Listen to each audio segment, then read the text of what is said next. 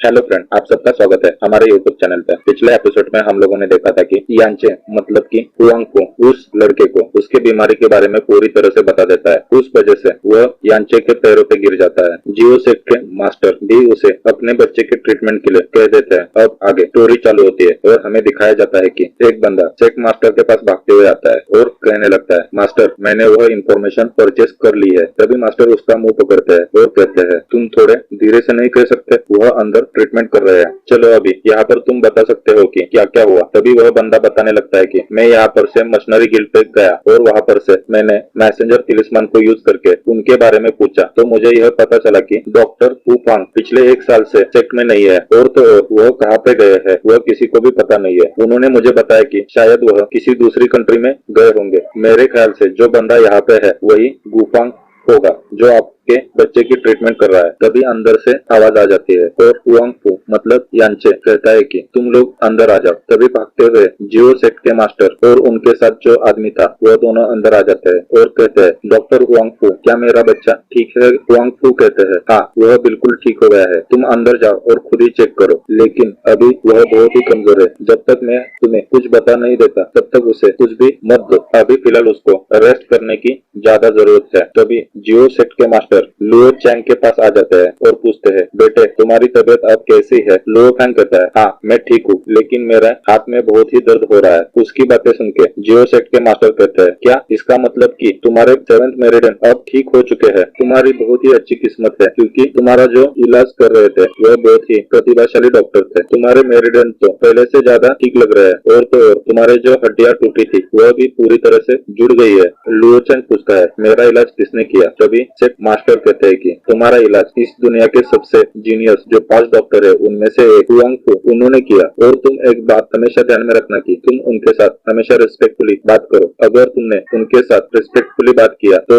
In future तुम्हारा बहुत ही अच्छा चांस होगा कि तुम हमारे मेन सेट में जा पाओगे। लुओ चैंग कहता है, हाँ मैं समझ गया, लेकिन मैं यांचे से बदला जरूर लूंगा, मुझे ठीक होने दो। मैं उस कुत्ते को ऐसी बुरी मौत मारूंगा कि उसकी रूह भी कांप जाएगी। तभी सीन चेंज हो जाता है और हमें यांचे की रूम दिखाई जाती है। वहाँ पर मास्टर ली खड़ी हुई होती है और कहती है, आपने healing technique and face changing method कहाँ पे सीखी है? मुझे जितना पता है उस हिसाब से फेस चेंजिंग मेथड आप अपने से नीचे वाले बंदे पर ही यूज कर सकते हो, लेकिन आपने तो पूरे सेट के आंखों में इससे धूल झोंक दी है। यांचे हंसते हुए कहता है कि मेरी यह टेक्निक मेरे लेवल के ऊपर नहीं है। इस टेक्निक को प्रोफाउंड रिलम का बंदा भी आसानी से ढूंढ नहीं सकता है। यह टेक्निक मुझे मेरे मास्टर ने सिखाई थी। तभी सीन चेंज हो जाता है और हमें दिखाया जाता है कि लियो चंग के रूम में हुआंग फू आते हैं। उन्हें आता देख के जियो सेट के मास्टर कहते हैं, यही डॉक्टर है जिन्होंने तुम्हें बचाया है। लियो चंग कहता है, एल्डर हुआंग फू मैं आपको बहुत आदर पूर्वक प्रणाम करता हूँ। आपने मेरी जिंदगी बचा के मुझे पुनर्जन्म दे दिया है। हुआंग फू हंसते हुए कहते हैं कि एक डॉक्टर का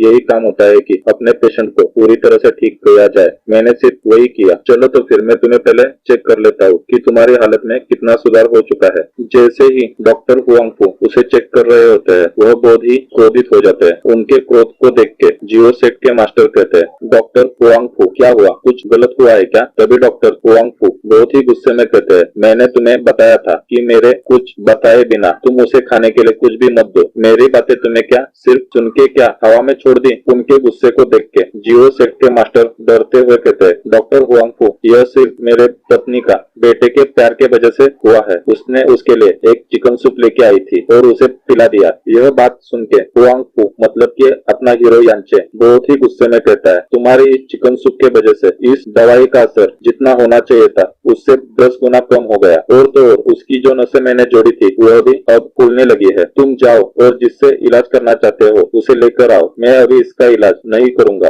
उनका गुस्सा देख के जियो सेट के मास्टर कहते हैं, आपका गुस्सा करना बिल्कुल सही है। मैं अपने पत्नी को निर्देश देने में विफल हो गया। अगर मैं उसे पूरी तरह से बता सकता तो यह गलती बिल्कुल भी नहीं होती। इस गलती के लिए पूरी तरह से मैं ही जिम्मेदार हूँ। आप मुझे जो सजा देना चाहते हो वह मैं जरूर मानूंगा। तभी दूसरा बंदा सीनियर हुआंग फू के पैरों में गिर के रोते हुए कहता है कि डॉक्टर इसमें सारी गलती हमारी है और इसमें यंग मास्टर की कोई भी गलती नहीं है। इसके लिए जो सजा देने की है वह हम लोगों को दीजिए। आपको यंग मास्टर को बचाना ही पड़ेगा, नहीं तो वह जिंदगी भर पूरी तरह से ठीक नहीं हो पाएंगे। उनकी यह सारी बातें सुनने के बाद हुआंग फू पीछे घूम जाते हैं और लुओ चैंग की तरफ देखते हैं और कहते हैं, यह तो मेरे ग्रैंड सन की तरह है, उसका सरनेम भी चैंग। लुओ चैंग ने चिकन सूप पिया था। उस चिकन सूप के वजह से उसकी दवाई का असर कम हो जाता है। उस वजह से हुआंग फू बहुत ही गुस्सा हो जाता है और वह इलाज करने से इनकार कर देता है। और आगे स्टोरी चालू होती है और हमें दिखाया जाता है कि शाओटियान मतलब कि जियो सेक्ट के मास्टर कहते हैं कि सीनियर, आप अपने पोते को भूल नहीं पा रहे हो। अगर आपने लुओ चैंग को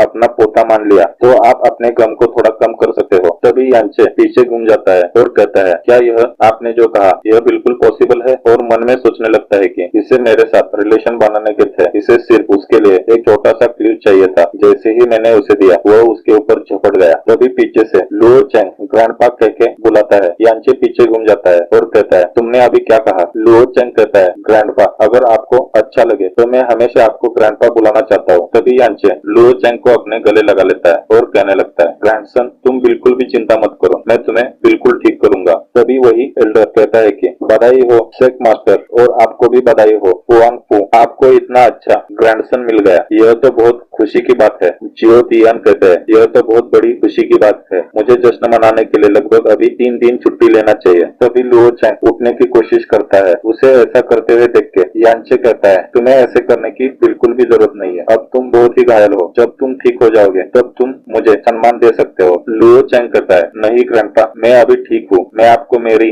ग्रीटिंग देना चाहता हूँ। ऐसे कहते हुए वह अपने घुटनों पे बैठ के अपना सर जमीन पे रख देता है। यांचे उसे उठा के अपने गले लगाते हुए कहता है, बस करो, अब तुम मुझे रुलाओगे क्या? चलो पहले तुम लेट जाओ बेड पे। और उसे लेटाने के बाद कहते हैं, अभी इसने जो चिकन खाया है उस वजह से मुझे फिर से दवाई बनानी पड़ेगी। कोई जाओ और जिस किसी ने पहले दवाई बनाई थी उसे मेरे सामने लेके आओ, मैं उससे फिर से दवाई बनाना चाहता हूँ। तभी वह एल्डर सामने आते हुए कहता है, सीनियर, मैं यहाँ पर हूँ, मैं आपकी जरूर मदद कर सकता हूँ, क्योंकि मैं मेडिसिन हॉल का चीफ एल्डर हूँ, मैं आपको हर तरह की मदद कर सकता हूँ। आप प्लीज मुझे बताइए कि मैं आपके लिए क्या कर सकता हूँ। तभी यांचे कहता है, तो फिर ठीक है, आपने पहले भी देखा होगा कि मुझे जो जो दवाई चाहिए वह आप मुझे ला कर दो, और वह सभी जिस ईयर की, महीने की या दिन की मैंने बताई थी उसी हिसाब से मुझे ला के दे दो। उनकी यह सारी बातें सुन के मेडिकल हॉल चीफ एल्डर कहते हैं कि सीनियर, मैं लगभग साल तो पता लगा सकता हूँ, लेकिन बाकी की सारी चीजें मैं पता लगाने के लिए बहुत ही असमर्थ हूँ। आपने मुझे गाइड किया तो मैं जरूर यह सब कुछ कर पाऊंगा। उसकी सारी यह बातें सुन के यांचे कहता है, तुम तो अभी कह रहे थे कि मैं चीफ एल्डर हूँ, तो तुम्हें इतना तो पता होना चाहिए, यह तो बुनियादी ढांचा है, मेडिसिन का बुनियादी ढांचा ही नहीं जानते हो तो तुम मुझे दवा बनाने के लिए क्या मदद कर पाओगे? शायद मुझे ही खुद यह दवा बनानी पड़ेगी, ऐसा मुझे लगता है। लेकिन सेक्ट के हिसाब से कोई भी बाहर का इंसान वहाँ जाके मेडिसिन नहीं ले सकता है। उनकी यह बातें सुन के जियो टियांग कहता है, अभी अभी मेरे बेटे ने आपको ग्रैंडपा एक्सेप्ट किया है, उस वजह से आप तो हमारे परिवार में से ही एक हो गए, इसलिए आप जाके खुद ही दवा बनाने के लिए जो औषधि लगने वाली है वह ला सकते हैं, आपको इसके लिए कोई रोकेगा भी नहीं। उसकी यह सारी बातें सुन के यांगचे कहता है, आपको ऐसा बिल्कुल भी नहीं करना चाहिए, मैं आपसे तो अभी अभी मिला हूँ, और तो आप मेरे बारे में बहुत ही कम जानते हो। आप मुझे जहाँ जाने की इजाजत दे रहे हो वह आपके सेट का बहुमूल्य खजाना है, आपको इस तरह से मुझे अंदर जाने के लिए परवाना नहीं देना चाहिए। तभी जियो तियान कहता है, सीनियर, आप जैसे महान आदमी पे हम लोग भरोसा रख सकते हैं, आपने मेरे बेटे की जान बचाई है, आप पे भरोसा न करना मतलब अपने आप पे भरोसा न करने के बराबर है। तभी सीन चेंज हो जाता है और हमें दिखाया जाता है कि यांचे और मेडिकल हाउस चीफ दोनों वहाँ पर से जाते हुए मेडिकल हाउस की तरफ बढ़ने लगते हैं। मेडिकल हाउस चीफ कहते हैं, सीनियर, इस तरफ से चलिए। यांचे अपने एक कृति से स्माइल देते हुए कहता है, हाँ, कुछ ही देर में वह लोग एक जगह पर पहुंच जाते हैं। वहाँ पर पहुंचने के बाद मेडिकल हॉल चीफ एल्डर एक टोकन निकालते हैं और एक गोले के सामने लगा देते हैं। उस वजह से उस जगह का दरवाजा खुलने लगता है। यह सब कुछ देख के यांचे मन में सोचता है कि दरवाजा खुलने की आवाज तो बहुत ही ज्यादा है, उस वजह से लगभग आधा जियो सेट ही डर जाएगा। तभी मेडिसिन चीफ एल्डर कहते हैं, सीनियर हुआंग फू, प्लीज चलिए। यांचे कहता है, मेरे ख्याल से आपको मेरे से ज्यादा दूर नहीं रहना चाहिए, नहीं तो लोग मेरे बारे में कोई अफवाह उड़ा सकते हैं। मेडिकल हाउस चीफ एल्डर कहते हैं कि इस जैसी छोटी जगह पर आप जैसे बड़े लोग थोड़ी चोरी कर सकते हो, और तो और आपने कुछ भी चुराने की जरूरत मुझे तो नहीं लगती है। यांची उसकी सारे बातें सुन के सोचता है कि साला इसका पूरा खजीना ही लूट लो। वह लोग अंदर पहुंचने के बाद मेडिसिन हॉल चीफ एल्डर कहते हैं कि यह वुडन बॉक्सेस स्पेशली मेडिसिन और मेडिकल हर्ब को रखने के लिए बनाई है, जो यह बाकी के बॉक्सेस है उनमें हमारे सेक्ट की मूल्यवान चीजें और तो और सारा धन भी यहाँ पर ही रखा जाता है। हमारे सेट का बहुत पुराना हिस्ट्री है। उस हिस्ट्री के रिगार्डिंग जो भी चीजें है वो भी यहाँ पर ही रखी गई है। यह सारी बातें सुन के यांचे की आंखें चमका जाती है और सोचता है यहाँ पर आना व्यर्थ नहीं जाएगा मेरा। तो ग्रैंडफादर मान लेता है और मेडिसिन बनाने के लिए मेडिकल हॉल चीफ एल्डर के साथ जाके कुछ मेडिसिन ढूंढने के लिए मेडिसिन हाउस में जाता है। वहाँ जाने के बाद यांचे वहाँ पे चोरी करने का ख्याल मन में लाता है। अब आगे स्टोरी चालू होती है और हमें दिखाया जाता है कि यांचे की मास्टर उसकी हालत देख के कहती है, तुम्हारे एक्सप्रेशन देख के तो मुझे ऐसा लग रहा है कि तुम यहाँ पे शायद चोरी करोगे। तुम्हारी यह बात ठीक ही है, लेकिन मैं उससे पहले यहाँ पे देखती हूँ कि कौन सी चीजें हम लोग यहाँ पर से ले जा सकते हैं। यांचे अपने मुंह में पानी लाते हुए कहता है, मैं ऐसा तो नहीं करने की सोच रहा हूँ, लेकिन यह सभी ट्रेजर मेरे पास होते तो मैं बहुत ही खुश हो जाता। तभी मास्टर ली कहती है, उससे पहले मैं चेक कर लेती हूँ कि यहाँ पर कौन सी चीजें हम ले सकते हैं, तुम उससे पहले कुछ भी मत करना। तभी मास्टर कहती है, वहाँ पर से एक रोशनी आ रही है। मास्टर की इतनी बात सुनते ही यांचे मेडिकल हाउस चीफ से पूछता है कि यह रोशनी कहाँ पर से आ रही है। मेडिकल हाउस चीफ कहते हैं कि यह तो जो बक्सा है उसमें रखी गई स्वॉर्ड के वजह से है। इसका नाम टाइगर सोल स्वॉर्ड है। यह हमारे सेट की सबसे मूल्यवान चीज है जो हमें मेन सेट से मिली थी। और तो और यह इस पूरे मून सिटी में यही एकमेव अर्थ प्रोफॉर्म रेलम का ट्रेजर है। यांचे कहता है इसकी क्वालिटी तो बहुत ही अच्छी है। तभी सीन चेंज हो जाता है और हमें दिखाया जाता है कि 3 दिन बीत चुके हैं। लुओ चेंग के हाथ के बैंडेज निकालते हैं और उसे निकालने के बाद लुओ चेंग कहता है, मेरे हाथ बिल्कुल ही ठीक हो गए, वह भी इतने कम समय में। और तो और मेरे मेरिडियन भी ठीक हो गए हैं। यह बिल्कुल भी पॉसिबल नहीं था ग्रैंडपा, यह सब आपके वजह से हो पाया। तभी जियो टियान कहते हैं, हाँ ग्रैंडफादर, यह सब कुछ आपके वजह से हो पाया, नहीं तो यह बिल्कुल भी पॉसिबल नहीं होता। लुओ चेंग अपने घुटनों पे बैठ जाता है और कहने लगता है, ग्रैंडपा, आपने जो किया है उसके लिए मैं बहुत ही आभारी हूँ। मुझे दूसरी जिंदगी देने के लिए मैं हमेशा आपका कर्जदार रहूंगा। तभी यांचे कहता है, इसमें कोई बड़ी बात नहीं है, तुम मेरे ग्रैंडसन हो तो तुम्हें बचाने के लिए मैं इतना तो कर सकता हूँ। अभी तो तुम्हारे मेरिडियन भी पूरी तरह से ठीक हो गए हैं, उसके वजह से तुम्हारे वेन भी जल्दी से ठीक हो जाएंगे। जब तुम्हारे वेन पूरी तरह से ठीक हो जाएंगे तब मैं तुम्हें अर्थ प्रोफाउंड रेलम पे पहुंचा दूंगा। यांचे की यह बातें सुन के सभी लोग शॉक हो जाते हैं। तभी लुओ चेंग कहता है, अर्थ प्रोफाउंड रेलम, ग्रैंडपा, आप मेरे से मजाक तो नहीं कर रहे हो। तभी पीछे से जियो टियान कहता है, यह कैसे पॉसिबल है, इतनी कम उम्र में कोई भी बच्चा अर्थ प्रोफाउंड रेलम पे नहीं पहुंच पाता है। और तो और हमारे पूरे कंट्री में इतना जीनियस बच्चा कोई भी नहीं हो सकता है जो इस स्टेज पे पहुंच सकता है। तभी यांचे कहता है, यह बिल्कुल भी पॉसिबल है, जब तक कि मैं यहाँ पर हूँ मैं इसे पूरे मून सिटी का नंबर 1 जीनियस बना सकता हूँ। इसे करने वाला गॉड के अलावा सिर्फ दुनिया में मैं ही एक अकेला हूँ कि यह सब कुछ कर सकता हूँ। इसके लिए मुझे 2 चीजों की जरूरत है, प्रोफॉन वेन और दूसरी चीज ड्रैगन कोर। उनकी बातें सुन के तो जियो टियान का मुंह उतर जाता है और कहता है, ड्रैगन तो बहुत ही डेंजर जानवर है और तो और वह लगभग काय प्रोफाउंड रेलम में ही पाए जाते हैं। ड्रैगन प्रोफाउंड कोर तो मिलना बहुत ही मुश्किल है। तभी यांचे कहता है, मैंने कुछ दिन पहले ही जब मैं मून सिटी से आ रहा था तब मैंने मून मर्चेंट गिल्ड के पास एक ड्रैगन कोर देखा था, वह भी इंपीरियल प्रोफाउंड रेलम का। तुम उसे किस तरह से पाते हो वह तुम देख लो। यांचे की बातें सुन के तो जियो टियान की हालत बहुत ही पतली हो जाती है और वह कहता है, हमारा सेट बहुत ही छोटा है और हम लोग इस तरह का ड्रैगन कोर अफोर्ड नहीं कर पाएंगे। अगर हमने अपनी पूरी कमाई भी दे दी तो भी हम लोग उसे खरीद नहीं पाएंगे। तभी यांचे अपने हाथ में एक कार्ड लेते हुए कहता है, यह कार्ड मुझे मून मर्चेंट गिल्ड वालों ने दिया था लगभग 30 साल पहले, जब उनके ऊपर हमला हुआ था और वह घायल हो चुके थे। उन्हें बचाने के लिए उन्होंने यह कार्ड मुझे दिया था। इस कार्ड का तुम यूज करके वह चीज ले सकते हो। जियो टियान वह कार्ड लेते हुए कहता है, हाँ मैं यहाँ पर से तुरंत निकलता हूँ और मेरे साथ मेडिसिन हाउस चीफ को भी लेके जाता हूँ। और वह लोग वहाँ पर से भागने लगते हैं। तभी पीछे से यांचे उन्हें बुलाता है और कहता है, मून मर्चेंट गिल्ड तो यहाँ पर से बहुत ही दूर है और तो और वहाँ पर से जाके आने के लिए आपको बहुत ही ज्यादा टाइम लग सकता है। अगर इस बीच में मुझे कुछ औषधों की जरूरत पड़ी तो मैं कैसे ले सकता हूँ। आप दोनों भी यहाँ पर से जा रहे हो, अगर आप ऐसा करते हो कि आपकी चाबी जाते टाइम पे किसी आपके भरोसे वाले बंदे के पास दे के जा सकते हो तो यह अच्छा होगा। थोड़ी देर सोचने के बाद जियो टियान कहता है कि ग्रैंडपा, उस डोर की 2 चाबियां है, वह हमेशा हमारे साथ ही रहते हैं। एक तो मेरे पास होती है और दूसरी मेडिकल हाउस चीफ के पास होती है। अगर हम लोग किसी को यह देना भी चाहे तो सिर्फ आप ही वह हो सकते हैं जिनके ऊपर हम लोग भरोसा कर सकते हैं। तभी यांचे उनकी बातें सुन के शौक होने का नाटक करता है और कहता है, आप ऐसा बिल्कुल भी नहीं कर सकते। मैं आपके लिए अजनबी हूँ और तो और आप मुझे सिर्फ कुछ ही दिनों से जान रहे हो। आप लोग इस तरह की हरकत कैसे कर सकते हो। तभी मेडिकल हाउस चीफ एल्डर कहते हैं कि हम लोगों का आपके ऊपर पूरी तरह से भरोसा है। आप ही एक ऐसे व्यक्ति है जिनके ऊपर हम लोग सेक्ट में भरोसा कर सकते हैं। और वह घुटनों पे बैठ के कहता है, सीनियर प्लीज यह चाबी लीजिए ट्रेजर हाउस की। यांचे थोड़ी देर सोचता है और कहता है, ठीक है मैं यह चाबी ले लेता हूँ, तुम जल्दी से जाके वापस आ जाना। और वह लोग वहाँ पर से जा रहे होते हैं तभी यांचे एक क्रीपी सी स्माइल देते हुए कहता है, अब मेरा खेल चालू हुआ। यांचे कौन सा? यांचे मेडिकल चीफ एल्डर के साथ जाके मेडिकल हाउस गया था। वापस आने के बाद उसने लुओ चेंग को अर्थ प्रोफाउंड रेलम पे पहुंचाने की बात की थी और उसके लिए 2 चीजों का इंतजाम करने के लिए कहा था। वह वहां से जाते हैं। अब आगे उनके जाने के बाद यांचे सोचता है कि अब मैं मेरा काम चालू कर सकता हूँ। ऐसे कहते हुए वह मेडिकल हाउस की तरफ चला जाता है। वहां जाके वह टोकन दिखा के डोर खोल देता है और अंदर चला जाता है। वहां पे पहुंचने के बाद वह कहता है, यह बहुत ही आसानी से हो गया, अब यहाँ का सब कुछ मेरा होगा। ऐसे कहते हुए वह अपने हेवनली पॉइजन बिट को एक्टिवेट कर देता है और वहाँ की सारी चीजें अपने हेवनली पॉइजन बिट के अंदर रखने लगता है। थोड़ी ही देर में वहाँ की पूरी जगह खाली हो जाती है। उसके बाद वह वही हेवनली ट्रेजर सौर के पास पहुंच जाता है और उसे अपने हेवनली पॉइजन बिट के अंदर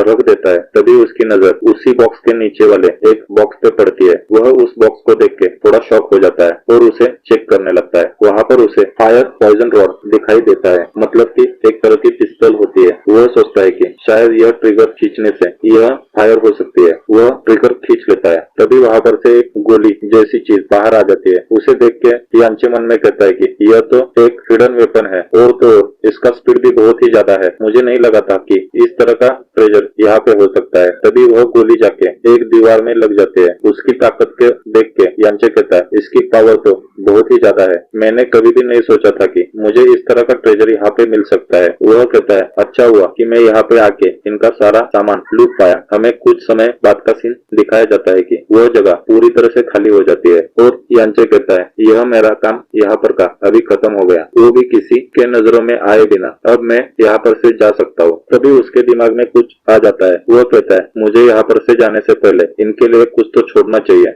वही हेवनली सॉर्ड बाहर निकाल लेता है और एक क्रीपी सी स्माइल देता है। तभी सीन चेंज हो जाता है और हमें दिखाया जाता है कि यांचे लुओ चेंग के रूम के बाहर पहुंच जाता है और वह अंदर चला जाता है। यांचे कहता है, ग्रैंडपा आप आ गए? यांचे कहता है, हाँ अब तुम्हारा मेडिसिन पीने का टाइम हो गया है। यह तुम्हारे लिए मैंने नई मेडिसिन बनाई है, जल्दी करो और इसे पी लो। तभी लियांचे वह मेडिसिन पी लेता है और यांचे से पूछता है कि मेरे पिताजी कहाँ पे गए हैं और कब तक वापस आएंगे? यांचे कहता है, मेरे ख्याल से उन्हें अब तक आ जाना चाहिए था, लेकिन अब कोई बात नहीं है, उन्हें आने से पहले ही तुम सो चुके होंगे। लुओ चेंग कहता है, ग्रैंडपा आप मजाक कर रहे हो ना? यांचे एक क्रीपी सी स्माइल देते हुए कहता है, नहीं नहीं मैं बिल्कुल भी सच बोल रहा हूँ। जब तुम कल उठ जाओगे तब तक तुम्हारे नसें पूरी तरह से बर्बाद हो जाएगी और उसके बाद भले ही मेरे जैसे सो हुआंग फू भी तुम्हें बचा नहीं पाएंगे। यांचे अपना सर पकड़ते हुए कहता है, आप झूठ बोल रहे हो, मुझे पता है। यांचे कहता है कि ग्रैंडसन आज तक मैंने तुम्हें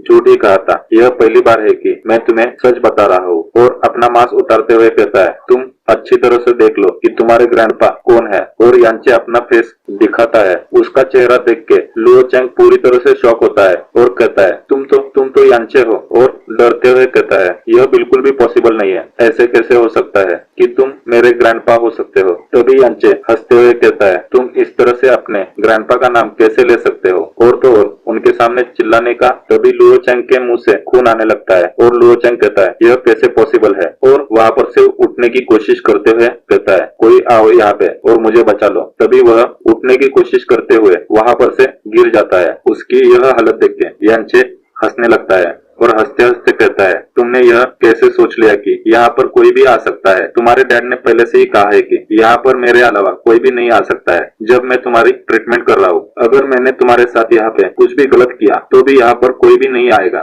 लेकिन मैं ऐसा बिल्कुल भी नहीं करूंगा। उसकी यह सारी बातें सुन के तो यांचे पूरी तरह से डर जाता है और अपने जबान से कुछ बोल भी नहीं पाता है। तभी यांचे उसे अपने गोद में उठा लेता है और कहता है, भले ही तुमने आज तक बहुत सारी गलतियां की है, लेकिन तुमने मुझे बहुत ही प्यार से ग्रैंडपा कहा था, इसलिए यह ग्रैंडपा तुम्हें जिंदगी भर इसी बिस्तर पर लेटा देंगे। और एक क्रीपी सी स्माइल दे देता है और उसे वहां पर बिस्तर पे रख देता है। वहां पर से वह बाहर निकलते हुए कहता है, तुम्हें यह सब कहने से पहले अपने आप को देखना चाहिए था। अगर तुमने मुझ पे अटैक नहीं किया होता तो शायद मैं तुम्हें इस हालत में नहीं लाता। ऐसे कहते हुए वह बाहर चला आता है और सेफ से बाहर निकलने की कोशिश करने लगता है। कुछ समय बीत जाता है, फिर भी वह सेफ से बाहर नहीं जा पाता है। तभी यांचे सोचता है कि यहाँ पर से बाहर बाहर निकलना बिल्कुल भी इम्पॉसिबल है विदाउट गाइडेंस। और फिर से वहाँ पर से निकलने की कोशिश कर रहा होता है। तभी वहाँ पर जियो टियान और मेडिकल हाउस चीफ आते हुए ही जोर जोर से चिल्ला रहे थे, सीनियर रुकिए। उन्हें आते देख के यांचे सोचता है कि मुझे थोड़ी देर यहाँ पे रुकना चाहिए और किसी और का आने का इंतजार करना चाहिए, तब तक यह लोग भी अंदर चले जाएंगे। तभी वहाँ पे वह लोग पहुंच जाते हैं और जियो टियान बहुत ही खुशी से कहता है, सीनियर आपने जैसे कहा था मून मशीनरी गिल्ड के पास ड्रैगन कोर है। हाँ वो थी, और तो हम लोग उसे पाने में भी सफल हो गए। उनकी बातें सुन के यांचे कहता है कि आप लोगों ने यह कितने में खरीदा? और अपनी लाल टपकाते हुए सोचता है कि मैंने तो उन्हें बेचा था, उससे तो ज्यादा ही उन्होंने बेचा रहेगा, शायद मुझे इतना लालची नहीं होना चाहिए। तभी जियो टियान कहता है कि सीनियर यह इंपीरियल ड्रैगन कोर बहुत ही प्रीसियस है, मेरे ख्याल से आपको जल्द से जल्द लुओ चैंग के ऊपर इलाज करना चाहिए। यांचे कहता है, हाँ मैं करना तो चाहता हूँ, लेकिन अभी भी मुझे कुछ मेडिसिन हर्ब की जरूरत है, इसलिए मैं खुद जाके ब्लैक मून मर्चेंट गिल्ड से वह लाना चाहता था। आप मेरे लिए किसी को कह सकते हैं क्या कि वह मुझे रास्ता दिखा सके?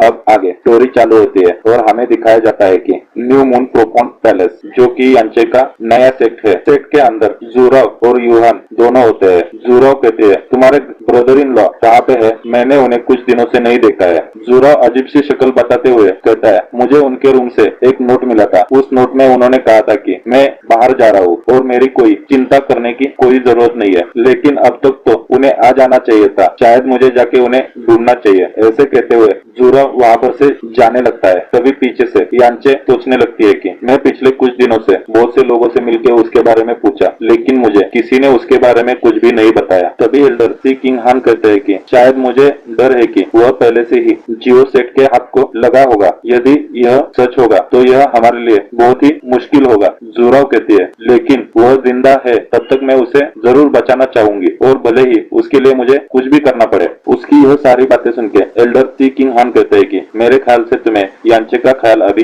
छोड़ देना चाहिए और तुम्हें ब्लू विंड प्रोफॉर्म पैलेस के फैन के बारे में सोचना चाहिए, वह तुम्हारे लिए सबसे अच्छा होगा। जूराव कहती है, हाँ मैंने पहले इसके बारे में सोचा था, क्योंकि वह बर्निंग हेवन क्लैन में था और वही बायोलॉजिकल सन है क्लैन मास्टर का, लेकिन वह हमारे फैमिली को सूट नहीं कर पाएगा। इसके अलावा वह बहुत ही अहंकारी है, उस वजह से वह हमारे लिए ज्यादा वफादार नहीं रहेगा। उसे सिर्फ इस दुनिया में कोई जीनियस ही कंट्रोल कर पाएगा। हालांकि यांचे की और फैन की तुलना करना बिल्कुल भी पॉसिबल नहीं है, फिर भी आपने कभी सोचा था क्या कि कोई अपने से ऊपर वाले स्तर के बंदे को हरा सकता है? यह सारी बातें सुनने के बाद सेक्ट एल्डर सी किंग हान कहते हैं, हालांकि यह सारी बातें सच है, लेकिन यांचे को कंट्रोल करना फैन को कंट्रोल करने से भी बहुत ही मुश्किल है। जूराव हंसते हुए कहते हैं, मुझे उसे कंट्रोल करने की कोई जरूरत नहीं है, मुझे सिर्फ उसके ऊपर एक उपकार करने की जरूरत है। और शर्माते हुए कहती है कि वह शाही परिवार के लिए बहुत ही अच्छा होगा, उससे मुझे बहुत ही अच्छा लगेगा। यह सब सुनने के बाद एल्डर सी किंग हान थोड़ा अजीब मुंह बना के कहता है, तो फिर ठीक है,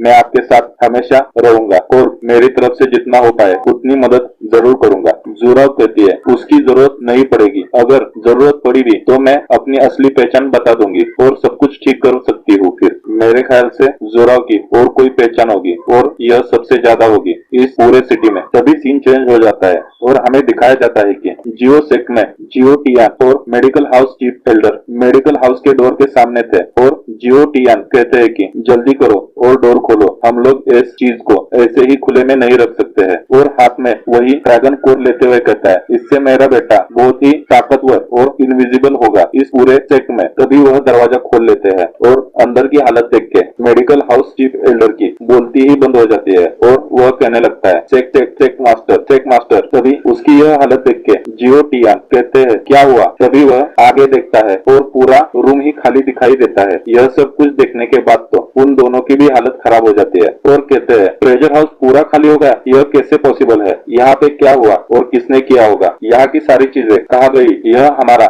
हजारों सालों का जमा किया गया पूंजी था, लेकिन अब यह कहाँ गया? ऐसे कहते हुए वह अपनी एनर्जी बढ़ाने लगता है। उनकी एनर्जी के प्रेशर की वजह से मेडिकल हाउस एल्डर की हालत भी खराब हो जाती है और तभी उनकी नजर एक चीज पे पड़ती है और वह सेक्ट मास्टर को कहते हैं, सेक्ट मास्टर वहाँ देखिए, उस दीवार पे कुछ लिखा है। तभी उनकी नजर भी वहाँ पर जाती है और वह दोनों वहाँ पर जाते हैं और पढ़ने लगते हैं। जियो टियान, आप एक पुराना गीजर है जो सिर्फ बजता है। मैं आपके इस गिफ्ट को स्वीकार कर रहा हूँ जो आपने और मेरे पोते ने मेरे लिए तैयार किया है। हालांकि यह देखकर कि आपने इस दो मेरा इतना इंतजार किया है, इसके लिए मैं आपको दो चीजें बताता हूँ। पहली चीज, जो मेरा पोता है वह हमेशा के लिए आज से अपाहिज हो जाएगा। भले ही उसे असली हुआंगफू बचाना चाहे तो भी उसे बचा नहीं पाएगा। यह सुनने के बाद जियो टियान पूरी तरह से टूट जाता है और वह कुछ भी बात नहीं कर पाता है। तभी दूसरी चीज हमें बताया जाता है कि जो तुम्हारे पास ड्रैगन कोर है वह नकली है। यह सुनने के बाद उसके हाथ से वह ड्रैगन कोर नीचे गिर जाती है और उसकी हालत मरे हुए आदमी जैसी हो जाती है। उसकी यह हालत देख के मेडिसिन चीफ एल्डर कहते हैं, सेक मास्टर आप ठीक तो है ना? और उन्हें उठाने की कोशिश करते हैं। तभी सेक मास्टर जियो टियान होश में आते हुए कहते हैं कि अभी भी ज्यादा टाइम नहीं हुआ है, वो लोग सेट से बाहर गए हुए और तो हम लोग उसे अभी भी पकड़ सकते हैं। मेरे ख्याल से टैंक अभी भी वहाँ पर ही होगा। जल्दी करो, उसे कांटेक्ट कर लो। हमें जल्द से जल्द हमारी सारी चीजें वापस लेनी चाहिए। तभी सीन चेंज हो जाता है और हमें बाहर यांचे और टैंक जाते हुए दिखाई देते हैं। तभी जियो चे कहता है, टैंक तुम्हें बाहर तक मुझे छोड़ने की कोई जरूरत नहीं है, तुम यहाँ पर ही रुको जब तक मैं वापस आ रहा हूँ। टैंक कहता है, लेकिन सेक मास्टर ने तो मुझे आपके साथ जाने के लिए कहा था। यांचे कहता है, मेरे कुछ पर्सनल काम है इसलिए मैं तुम्हें यहाँ पे खड़ा करके जा रहा हूँ। तभी पीछे टैंक को कुछ मैसेज आ जाता है और वह मैसेज सुनने लगता है। उसे ऐसा करते हुए देख के यांचे सोचता है कि शायद उन्हें पता चला होगा जो कुछ हुआ है, मुझे जल्द से जल्द यहाँ पर से निकल जाना चाहिए। तभी टैंक वह मैसेज सुनने लगता है। उस मैसेज में कहा गया होता है कि जल्दी करो और मास्टर हुआंगफू को पकड़ लो, वह एक धोखेबाज है, वही यांचे है और तो उसने सब कुछ यहाँ पे आके तबाही मचा दी है, उसे कुछ भी करके पकड़ लो। यह मैसेज सुनने के बाद टैंक यांचे की ओर देखता है और यांचे टैंक की तरफ देखता है। आगे क्या होगा? यांचे अब आगे स्टोरी चालू होती है और हमें दिखाया जाता है कि टैंक यांचे की ओर देखता है और कहता है, यू पास्टर, तुम यहाँ पे आ चुके हो और अब तुम मेरे हाथों से बिल्कुल भी नहीं बच पाओगे। और वह यांचे के पीछे लग जाता है। यांचे मन में सोचता है कि बाहर में जाए सब लोग, उन लोगों को पहले ड्रैगन कोड के बारे में पता होना चाहिए था। बिना पता करे ही उन लोगों ने इतनी बड़ी रकम उसे दे दी और तो और उन्होंने मुझे खजाने की चाबी। तभी यांचे मास्टर ली से पूछता है कि मास्टर यह बंदा है, उसका रिलम क्या है? मास्टर कहती है, यह first level spirit profound level में है, बिना किसी के मदद से तुम इससे जीत नहीं पाओगे और यहाँ पे मारे जाओगे। मास्टर ली की बातें सुन के यांचे सोचता है कि अगर मैंने मास्टर की मदद की तो मास्टर की लाइफ भी खतरे में पड़ सकती है। भले ही इस टाइम मैं उन्हें अपने बॉडी का पूरा खून भी पिला दूं, फिर भी वह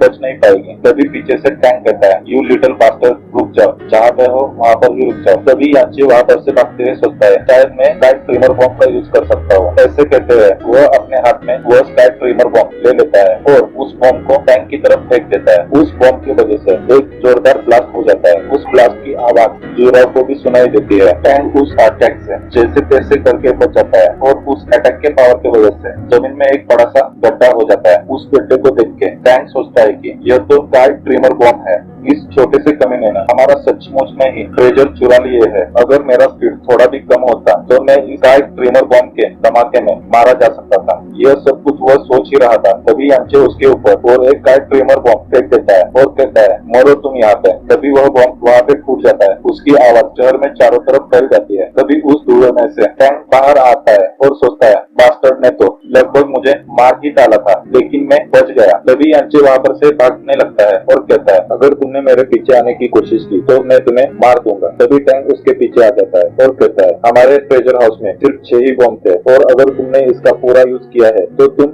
यहाँ पर से बच के नहीं जा पाओगे। यांचे सोचता है कि शायद इसने सिर्फ 2 ही मिनट में इसको खत्म कर दिया। मैंने मेरी पुरानी जिंदगी में इस तरह की हालत से निपटने के लिए हेवनली पॉइजन बीट का यूज किया था, लेकिन इस बार इसे यूज नहीं कर पाऊंगा क्योंकि इसमें अभी कोई भी एनर्जी नहीं है। यांचे यही सब सोचते हुए आगे बढ़ ही रहा था। तभी उसके सामने जुराव आ जाती है और कहती है, यांचे आखिरकार मैंने तुम्हें ढूंढ ही लिया। और जुराव मन में सोचती है कि यह यहाँ पे क्या कर रहा है और यांचे से कहते हैं, तुम मेरे साथ चलो, मैं तुम्हें जरूर प्रोटेक्ट कर सकती हूँ। ऐसे कहते हुए यांचे का हाथ पकड़ के वह वहाँ पर से भागने लगती है। तभी पीछे से टैंक करता है, तुम लोग यहाँ पर से बच के नहीं जा पाओगे, साला पिछले आधे घंटे से यही कह रहा है। तभी वो लोग भागते भागते रुक जाते हैं और जुराव कहती है, लिटिल नो, बाहर आ जा। तभी एक बड़ा सा पक्षी बाहर आ जाता है और उसके ऊपर वह दोनों बैठ जाते हैं। वह एक कॉन्ट्रैक्टेड प्रोफाउंड बीस्ट होता है। तभी यांचे कहता है, बिग सिस्टर, जुराव, तुम बहुत ही अच्छे टाइम पे आ गई मुझे बचाने के लिए, लेकिन आप यहाँ पे कैसे आ गई?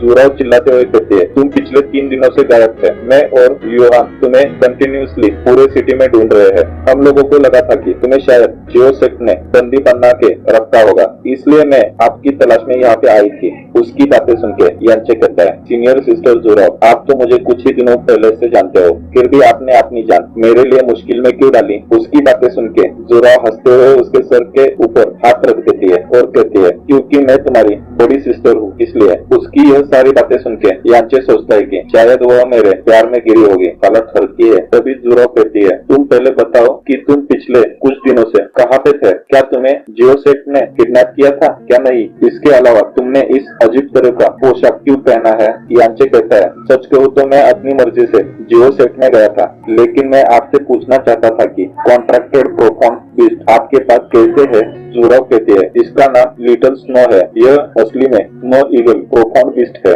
जब वह एक छोटा बच्चा था तब उसे मेरे मास्टर ने उठाया था और पूरी तरह से उसकी देखभाल की और बाद में मुझे दे दिया। हालांकि यह दिखने में बहुत ही बड़े हैं, लेकिन इनकी कॉम्बैट एबिलिटी बहुत ही ज्यादा है और इनका स्पीड भी बहुत ही ज्यादा होता है। तभी पीछे से कोई चिल्लाता है, तुम लोग यहाँ पर से भाग नहीं सकते हो, तुम लोगों ने ऐसा कैसे सोच लिया? यह आवाज सुन के वो दोनों ही पूरी तरह से शॉक हो जाते हैं और उस तरफ देखने लगते हैं। तभी पीछे वाला बंदा कहता है, यह हमारा बीस्ट है जो कि तुम्हारे बीच से भी ऊपर के लेवल का है। इसका नाम फियर स्टॉर्म हॉक है। हम लोग इसे हॉक बुलाएंगे। तभी हॉक अपने पंजे से अटैक करने के लिए आ जाता है। उसे आते देख के जुराव कहती है, यह तो जियो सेक्ट का बीस्ट है। उसके ऊपर जियो डियान बैठा था। जुराव अपने बीस्ट को कहती है, स्नो वाइट जल्दी करो और तुम जितना ताकत है उतनी ताकत से वहाँ पर से निकलो। तभी नीचे बहुत से लोग खड़े होते हैं और वह लोग ऊपर की तरफ देखते हुए कहते हैं, देखो यह क्या है? तभी जुराव यांचे से कहती है, तुमने जियो सेक्ट के साथ क्या किया है? उस वजह से इन लोगों ने तुम्हारे पीछे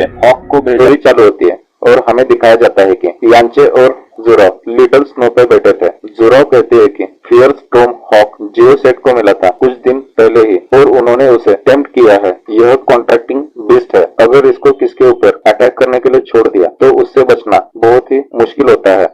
जब तक कोई बड़ी चीज नहीं होती तब तक कोई भी सेट इसे यूज नहीं करता है। जूनियर ब्रदर यांचे, तुमने जियो सेट के अंदर जाके क्या किया है? यह सवाल सुन के यांचे के नाक से खून आता है और यांचे कहता है, अगर मैंने आपको बताया तो भी आप मेरे ऊपर भरोसा नहीं करेंगे। फिर भी मैं आपको बताता हूँ कि मैंने लुओ चैंग को पूरी तरह से अपाहिज बना दिया है। इसके अलावा जियो सेक्ट के 600,000 पर्पल प्रोफाउंड कॉइन भी डुबा दिए हैं। यांचे की यह सारी बातें सुन के तो जुराव पूरी तरह से शॉक हो जाती है। इसके अलावा उनका पूरा ट्रेजर हाउस भी खाली कर दिया है। यह सब कुछ सुनने के बाद जुराव मन में सोचते हैं कि मुझे बिल्कुल भी यकीन नहीं है कि इसने इतना कुछ अपने अकेले के दम पे किया होगा, लेकिन ऐसा किया है तो इसके पास जितने ट्रेजर है वो तो किसी छोटे से सेट के लिए हजारों साल चल सकते हैं। शायद मुझे इसके सामने मेरी आइडेंटिटी नहीं बतानी चाहिए। तभी यांचे पीछे से कहता है, सीनियर सिस्टर जुराव, मुझे माफ करें, मैंने आपके ऊपर बहुत बड़ा बोझ डाल दिया और आपको भी इसमें फंसा दिया। तभी जुराव कहती है, नहीं, इसमें तुम्हारी कोई गलती नहीं है, यह मैंने अपने आप ही किया था। मैं तुम्हारी जूनियर सिस्टर हूँ, इसलिए यह मेरा काम ही है और तुम ऐसा मत समझो कि तुम मेरे ऊपर एक बर्डन हो, क्योंकि अभी भी हम लोग यहाँ पर से बच के जा सकते हैं। तभी वह अपने लिटिल स्नो को कहती है, चलो तुम और ज्यादा तेजी से उड़ो। लिटिल स्नो यांचे मन में सोचता है कि मुझे और ज्यादा लोगों से नफरत नहीं करनी चाहिए। तभी मास्टर कहते हैं, साले पहले पीछे तो देख। तभी पीछे से जियो डियान कहता है कि यू बास्टर्ड, तुमने मुझे इतने टाइम तक तुम्हारे पीछे लगाया, अब मुझे इस चीज को यूज करने के लिए तुमने मजबूर कर दिया है। ऐसे कहते हुए वह पॉइजन फायर रॉड निकलता है, मतलब की गन, और कहता है, मरो अब तुम। ऐसे कहते हुए वह फायर कर देता है। वह बुलेट जुराव की तरफ आते हुए देख के यांचे थोड़ा सा घबरा जाता है और तो उसकी एनर्जी भी बहुत ही ज्यादा होती है। तभी यांचे सीनियर सिस्टर जुराव को कहता है, सिस्टर जुराव बच्चों, तुम्हारे पीछे से पॉइजन फायर रॉड आ रहा है। यांचे सोचता है कि शायद जुराव हट नहीं पाएगी, इसीलिए यांचे उस पॉइजन फायर रॉड के बीच में आ जाता है। वह अटैक यांचे को लग जाता है। यह सब कुछ जुराव देख के शॉक हो जाती है। तभी यांचे नीचे गिर जाता है। उसकी यह हालत देख के जुराव कहती है, जूनियर ब्रदर यांचे, तुमने ऐसा क्यों किया? तभी यांचे नीचे गिर जाता है। उसकी यह हालत देख के जोरा उसे उठा के अपने गोद में ले लेती है। यह तो पॉइजन फायर रॉड है, तुम्हें ऐसा नहीं करना चाहिए था, इसका पॉइजन बहुत ही घातक होता है। तभी यांचे कहता है, अगर हम दोनों यहाँ पे रुके तो हम जरूर मारे जाएंगे, अगर हम लोग यहाँ पर से जंप करें तो शायद बच सकते हैं। जोराव कहती है, तो फिर ठीक है, हम लोग यहाँ पर से जंप करेंगे। और अपने लिटिल स्नो को कहती है, तुम आगे बढ़ो और तुम्हारी ताकत उसे दिखा दो और अच्छे से वापस आ जाना। ऐसे कहते हुए जोराव वहाँ पर से जंप कर देती है। उसके बाद लिटिल स्नो और हॉक दोनों एक दूसरे की तरफ बढ़ने लगते हैं। हॉक लिटिल स्नो की तरफ देखता है और वह अपने पंजे से एक दूसरे के ऊपर अटैक करने लगते हैं। उन्हें ऐसा करते हुए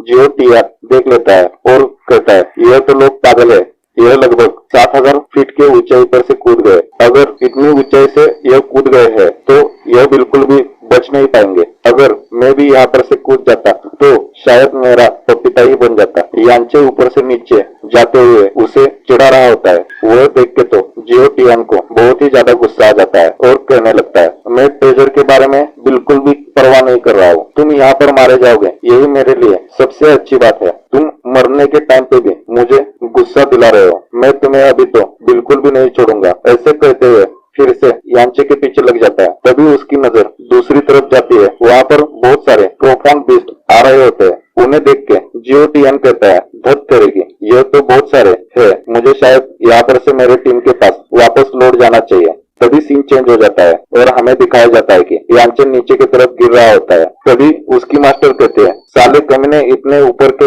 हाइट से तुम कूदे हो, यहाँ पर से बचना तुम्हारा बिल्कुल भी पॉसिबल नहीं है। तभी यांचे अपने हाथ में हेवनली पॉइजन बीट को लेते हुए कहता है, शायद मैं इसे रिफाइन कर पाऊंगा क्योंकि इस बार मेरे पास बहुत सारे हर्ब है, इसका यूज करके मैं काय पॉइजन पर्ल बना सकता हूँ।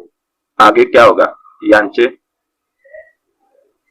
चालू होती है और हमें दिखाया जाता है कि यांचे अपने मास्टर से कहता है कि मास्टर, आपको कुछ भी करने की जरूरत नहीं है, आप मुझे सिर्फ आपकी थोड़ी सी पावर दे दो और मैं उसका यूज करके प्रोफाउंड फ्लोटिंग टेक्निक का यूज कर सकता हूँ। यह सब कुछ सुनने के बाद मास्टर कहते हैं, तुम बेवकूफ हो, प्रोफाउंड फ्लोटिंग टेक्निक को यूज करने के लिए तुम्हें स्काई रिलम में होना पड़ेगा, तभी तुम इसका इस्तेमाल कर सकते हो। अगर तुमने उसे फोर्सफुली एक्टिवेट किया तो तुम्हारी वेन्स बुरी तरह से टूट सकती है। यांचे कहता है, मुझे नहीं लगता है कि मेरे वेन टूट सकते हैं क्योंकि मेरे वेन अभी हेवनली गॉड के ट्रेजर के वजह से बहुत ही स्ट्रांग हो गई है। यह सब बातें वह कर ही रहे थे, उसके साथ साथ ही वह नीचे की ओर बहुत ही तेजी से बढ़ने लगते हैं। यांचे कहता है, जल्दी करो। उसकी बातें सुन के मास्टर कहती है, तुम मुझे किसी भी चीज के लिए फोर्स नहीं कर सकते हो। तभी मास्टर उसे अपनी थोड़ी पावर दे देती है। उस वजह से पहले तो यांचे के आंखों में अजीब सी चमक आ जाती है। उसके तुरंत ही बाद वह एनर्जी यांचे को महसूस होने लगती है। उस एनर्जी के वजह से यांचे के चारों ओर फायर निकलने लगती है और वह दोनों नीचे जमीन पे जाके गिर जाते हैं। उस वजह से बहुत बड़ा ब्लास्ट हो जाता है। कुछ समय के बाद वहाँ पे पूरी शांति छा जाती है और जूरो बेहोशी की हालत में गिरी हुई होती है। उसे जब होश आ जाता है तब वह थोड़ी सी शॉक हो जाती है क्योंकि उनके गिरने के वजह से जमीन के अंदर बहुत बड़ा गड्ढा हो गया होता है और वह अजीब ढंग से यांचे के ऊपर बैठी हुई होती है। यांचे की हालत बहुत ही खराब होती है। उसे देख के कहती है, यांचे तुम ठीक हो ना? और मन में सोचने लगती है कि यह कैसे हो गया, इसने क्या करके मुझे बचा लिया, इसने अपनी जान खतरे में डाल के मुझे बचाने की कोशिश की, वह भी दूसरी बार, और हम लोग एक दूसरे को इतनी ज्यादा अच्छी तरीके से जानते भी नहीं है। यह इतना अच्छा है लेकिन फिर भी मैं उसे फंसाना चाहती थी। तभी यांचे अपना हाथ जोराव की तरफ बढ़ाता है और बेहोश हो जाता है। जोराव उसे जोर जोर से हिलाने लगती है और कहती है, यांचे तुम जिंदा हो ना? बताओ मुझे, तुम जिंदा हो ना? यांचे कहता है, अगर मुझे पता होता कि मैंने एक प्रॉब्लम को बचा रहा हूँ तो मैं शायद ऐसा बिल्कुल भी नहीं करता। अगर अभी तुम मेरे ऊपर से नहीं उठी तो मैं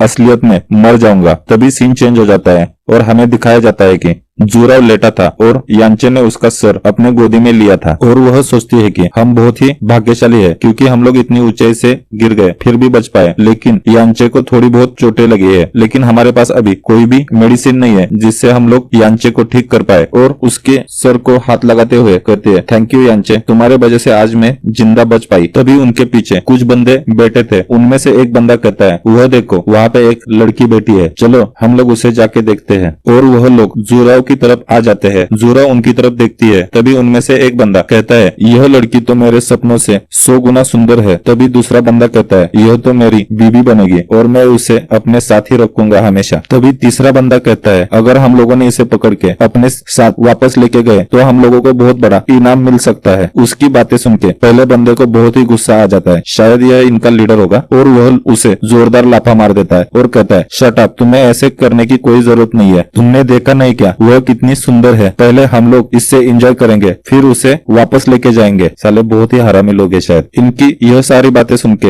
एक छोटी लड़की कहती है, बिग सिस्टर तुम यहाँ पर से भाग जाओ, नहीं तो तुम्हारे साथ यह लोग कुछ गलत करेंगे। यह सब कुछ सुनने के बाद वह बंदा उस लड़की को जोरदार किक मारता है और कहता है, तुम्हें जो पहले पीटा था वह तुम्हें क्या कम है क्या? अगर तुम फिर से ऐसा करोगी तो मैं यहाँ पर ही मार दूंगा। इनकी यह हरकत देख के जोरा उठती है और कहती है, तुम लोग रुक जाओ, इस तरह की गंदी हरकत करने में तुम्हें कोई शर्म नहीं आ रही है? उन छोटे बच्चों को तुरंत ही छोड़ दो, नहीं तो मेरे हाथों से नहीं बच पाओगे। उसकी यह बात सुन के वह लोग जोर जोर से हंसने लगते हैं और कहता है, तुम्हें क्या लगा तुम जैसी 8 लेवल ऑफ मिस्टिक प्रोफाउंड रेलम की लड़की मुझे हरा सकती है? तुम इस तरह की बात कैसे सोच सकती हो? यह सब कुछ सुनने के बाद जोरा अपने गले में जो चीज थी वह तोड़ती है और कहती है, तुम्हें क्या लगा कि मैं तुम तीनों जैसी ही हूँ? उस लॉकेट के टूटने की वजह से उसकी पावर बहुत ही ज्यादा हो जाती है और वह 4th प्रोफाउंड रेलम में पहुंच जाती है। वह सब कुछ देख के वह बंदा कहता है, यह बिल्कुल भी पॉसिबल नहीं है, यह तो 4th प्रोफाउंड रेलम में है। तभी सीन चेंज हो जाता है और हमें दिखाया जाता है कि एक सेट के अंदर एक रूम में एक बंदा कहता है, बाई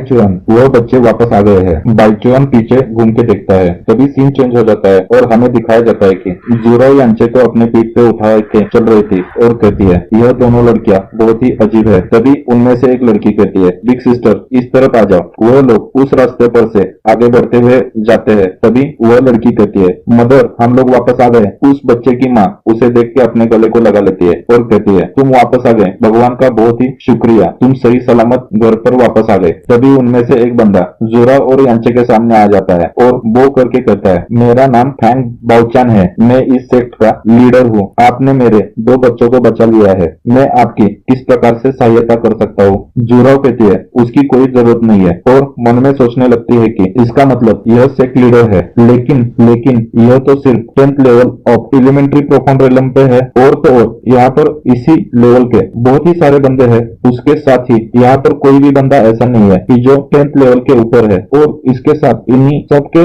माथे पे फ्लेम का टैटू भी है। तभी बाई चुआंग कहता है कि शायद तुम्हें चोट लगी है और तुम्हारे साथ जो है वह भी बहुत ही चोटिल दिख रहा है, मैं तुम्हारी जरूर मदद करूंगा, तुम उसे पहले रूम में लेके जाओ। यांचे कहता है, आपका बहुत ही शुक्रिया। आगे यांचे के साथ क्या होगा, वह ठीक होगा क्या नहीं? वो कहता है, सीनियर सिस्टर आप मुझे गोदी में मत उठाइए, मैं आपके पीठ पे ही अच्छा हूँ। जुराव कहती है, क्या तुम उड़ गए? यांचे कहता है, हाँ, जब आप मुझे गोद में ले रही थी तभी मैं उड़ गया था, आपके पीठ के ऊपर मुझे बहुत ही अच्छा लग रहा है। इन दोनों की हंसी मजाक देख के बाई चुआन कहता है, मेरे ख्याल से आपका फ्रेंड अभी भी बहुत ही कमजोर है, आपको इसको सेक्ट के अंदर लेके जाना चाहिए। तभी सीन चेंज हो जाता है और हमें दिखाया जाता है कि वो लोग सेक्ट के अंदर चले आते हैं। वहाँ पर से अंदर जाते समय यांचे को बहुत ही अजीब लगता है और वह सोचता है, यहाँ के सभी लोग लगभग 10th लेवल पे अटक चुके हैं। तभी यांचे की मास्टर कहती है, यू इडियट, मैं इस जगह पे फिनिक्स इसेंस को भी महसूस कर सकती हूँ। यह बात सुन के तो यांचे पूरी तरह शॉक हो जाता है और कहता है, फिनिक्स, यह तो एक लेजेंडरी प्री डिवाइन बीस्ट है। तभी मास्टर ली कहती है, लेकिन इसका एसेंस तो बहुत ही कम आ रहा है, मेरे ख्याल से फोनिक्स यहाँ पर से बहुत ही पहले चला गया होगा, लेकिन मैंने जितना जाना है उस हिसाब से यह जो मार्क है वो कभी भी दिखाई नहीं देता है, यह सिर्फ तब दिखाई देता है जब आप इसे यूज करते हो। शायद यह लोग फोनिक्स लड़के रहेंगे, इसी वजह से इनके ऊपर यह मार्क बहुत ही आसानी से दिखाई देता है और यह लोग इसे छिपा भी नहीं पाते हैं। लेकिन यह मार्क हमेशा के लिए नहीं रहता है, जब भी कोई फोनिक्स ब्लड लाइन को फोर्सफुली यूज करता है तभी यह मार्क हमेशा के लिए उसके बॉडी पे रहता है। यह सारी चीजें मेरे ख्याल से बहुत ही अजीब है। मास्टर यह सारी बातें बता ही रही थी, तब तक वो लोग एक रूम के पास पहुंच जाते हैं। रूम में पहुंचने के बाद बाइचुआन कहता है, यह जगह 2 लोगों के लिए आराम करने के लिए बहुत ही अच्छी है, आप लोगों को यहाँ पे कोई भी तकलीफ नहीं होगी। तभी यांचे पूछता है, बाइचुआन मैं आपसे कुछ पूछ सकता हूँ? मेरे ख्याल से आप फोनिक्स रूलिंग के गार्डियन हो गए। यह बात सुन के बाइचुआन पूरी तरह से शॉक हो जाता है। तभी जोरा सोचती है कि फोनिक्स क्लैन यह क्या है, यह शायद divine beast imperial of phoenix की बात कर रहा होगा, लेकिन इस जैसी छोटी जगह पे यह प्लान कैसे आ सकता है? बाईची कहते हैं हम लोग तो सिर्फ नाम के ही फोनिक्स क्लैन है। असलियत में हम लोग इस कर्ज से छुटकारा पाने के लिए यहाँ पे आए हैं और पूरे दुनिया से अलग हो चुके हैं। और कृति से स्माइल करते हुए कहते हैं, क्या आप लोग भी यहाँ पे उसी खजाने को पाने के लिए आए हैं जिसकी हम रक्षा करते हैं? यांचे कहता है, नहीं नहीं, हम लोग बिल्कुल भी उस खजाने को पाने के लिए यहाँ पर नहीं आए हैं। शायद आपको कुछ गलतफहमी हो रही है, क्योंकि आपके जो माथे पे निशान है वह फोनिक्स के वजह से आता है, इसलिए मैंने आपसे पूछा। इसके अलावा आपके क्लैन के सभी लोग सिर्फ एलिमेंट्री प्रोफाउंड रेलम को ही हासिल कर सकते हैं। इसके अलावा आप लोग इस घने जंगल में भी रहते हो जहाँ की बहुत ही बड़े बीस्ट है। मेरे ख्याल से आप लोग सिर्फ फीनिक्स जैसे किसी बीस्ट के ऊपर भरोसा करके यहाँ पर रह रहे होंगे। तभी बाईचुआन अपना खंजीर पीछे रखते हुए कहता है, हाँ आप लोग सही हो। हमारा क्लैन पहले तो बहुत ही बड़ा था और हमारी ताकत भी बहुत से लोगों से ज्यादा थी, लेकिन जब गॉड ने हम लोगों के ऊपर क्रोध किया तब हम लोग सिटी को छोड़ के इस वीराने जगह पर रहने के लिए आ गए। जो हमारे पीछे पहाड़ी है, उस पहाड़ी में फोनिक्स ने जो कुछ छोड़ा था वह सब कुछ वहाँ पर ही है। उस वजह से यहाँ पर कोई भी बिस्ट जानवर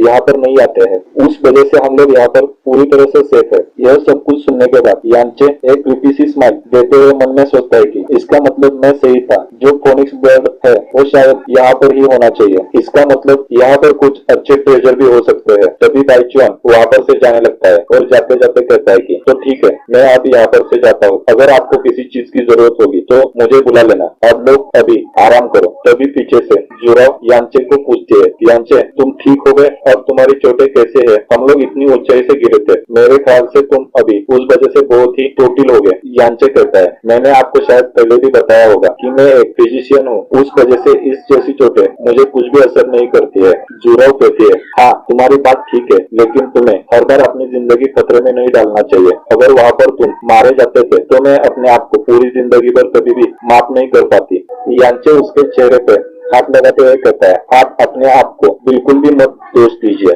क्योंकि यह सारी गलती मेरी थी। मैं ही आपके ऊपर एक बोझ बन गया था। अगर मैं वहाँ पर नहीं होता तो वह लोग आपका पीछा बिल्कुल भी नहीं करते और आप इस मुश्किल में नहीं पड़ते। जुरा यांचे का हाथ पकड़ते हुए कहती है, जूनियर ब्रदर यांचे, तुम मेरी फिक्र करना बंद करो, क्योंकि मेरे पास बहुत से प्रोटेक्टिंग डिवाइस है।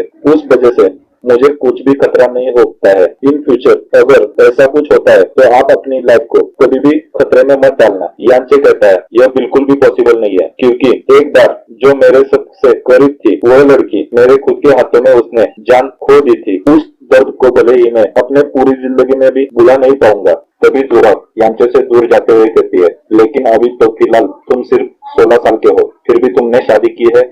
मुझे ऐसा लगता है कि इसके अलावा भी आपकी जिंदगी में कोई और लड़की होगी जिसने आपके लिए जान दी थी। और हंसते हुए कहते हैं, इसका मतलब आप ही इस तरह के लड़के हैं जो कि हर चीज मजाक में लेके छोड़ने वाले रहेंगे।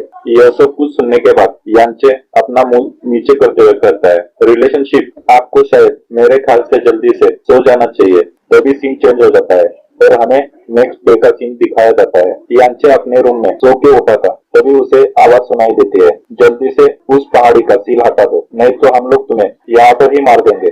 उसके अलावा तुम्हारे पूरे क्लैन को भी हम लोग नहीं छोड़ेंगे।